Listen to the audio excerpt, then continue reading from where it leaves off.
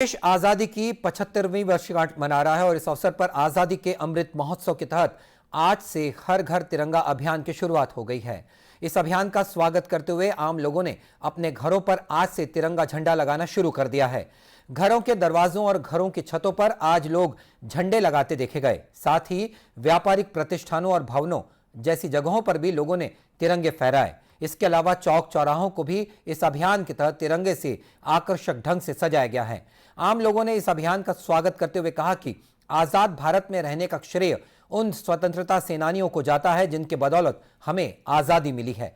उन्होंने अन्य लोगों से भी तिरंगा लगाने की अपील की है। पर हर घर में हम लोग चाह रहे हैं कि हर घर में झंडा फहराया जाए और मैं भी इस उल्लासपूर्वक अपने साथियों के साथ अपने घर में झंडा फहरा रहा हूं इस आज़ादी के 75वां वर्षगांठ पर। और मैं जनता से अपील करूंगा कि अनुशासन में रहते हुए देश की सेवा करें और देश के लिए प्राण न्यौछावर करें। आज़ादी का 75वीं वर्षगांठ पर जो हर घर तिरंगा अमृत महोत्सव मनाया जा रहा है, इस अभियान के तहत हमने भी अपने घर में झंडा फहराकर इस अभियान में शामिल हुए हैं और हम अपने देशवासियों से चाहते हैं कि इस दिन हर घर तिरंगा फहराकर इस अभियान को सफल बनाएं। भिलाई में सीमा सुरक्षा बल, केंद्रीय औद्योगिक सुरक्षा बल और सशस्त्र सीमा बल के द्वारा हर घर तिरंगा और घर घर तिरंगा कार्यक्रम के तहत नागरिकों को जागरूक करने के लिए बाइक रैली के अलावा पैदल मार्च का आयोजन भी किया गया। इसी कड़ी में आज एसएसबी ने तिरंगा यात्रा का आयोजन किया। रैली में सामाजिक संगठन, कॉलेज और स्कूल के छात्र सहित खिलाड़ी और कई अन्य लोग भी शामिल हुए। इस मौके पर एसएसबी के कमांडेंट अशोक सिंह ने दूरदर्शन समाचार से बातचीत में बताया कि इस रैली के माध्यम से छात्रों को तिरंगे की आन बान और शान की जानकारी दी गई है। उसको हमने इकट्ठा किया है और इकट्ठा करके उनको हमने बताया कि भाई भारत में जो हमारा झंडा तिरंगा क्या महत्व रखता है देश के लिए। इसी वजह से इन सभी को हमने झंडा भी बांटे हैं और साथ साथ में उनको झंडा किस तरह से फहराना है, इसको रख रखाव कैसा करना है, इसके बारे में चर्चा की गई, उसको बताया गया है।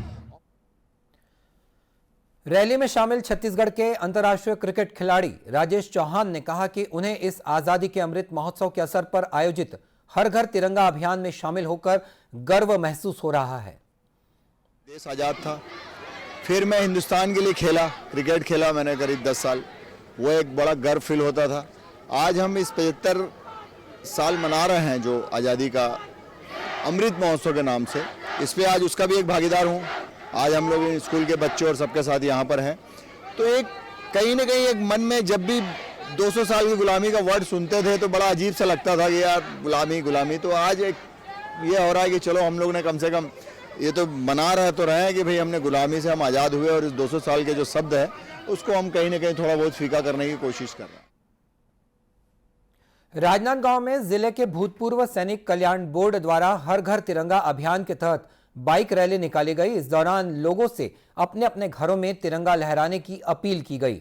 इस अवसर पर भारतीय नौसेना के भूतपूर्व कैप्टन एसी पोखरियाल ने कहा कि लोगों में देश प्रेम के प्रति प्रेरित करने और युवाओं को सेना में जाकर देश सेवा की भावना जागृत करने के उद्देश्य से ये तिरंगा यात्रा निकाली गई है। सभी जो हमारे देश के निवासी हैं उनको अप्रिशिएट करने के लिए कि हमने कितनी उन्नति की है और उसमें हमारे जितने भी यहाँ के लोग हैं वो सब इन्वॉल्व हैं। भारत की जो भी इम्प्रूवमेंट हुआ है, जो डेवलपमेंट हुआ है अभी तक, तो ये इसके लिए है और ये बहुत अच्छा इनिशिएटिव है गवर्नमेंट ऑफ इंडिया का। लोग जागरूक हो रहे हैं और अपने देश को पहचान रहे हैं। इस दौरान भूतपूर्व सैनिक कल्याण बोर्ड के संयोजक अविनाश चंद्र पंत ने तिरंगे झंडे के रंगों के महत्व के बारे में जानकारी दी। उन्होंने कहा कि ये रैली राष्ट्रीय ध्वज के प्रति जागरूकता लाने के उद्देश्य से निकाली गई है।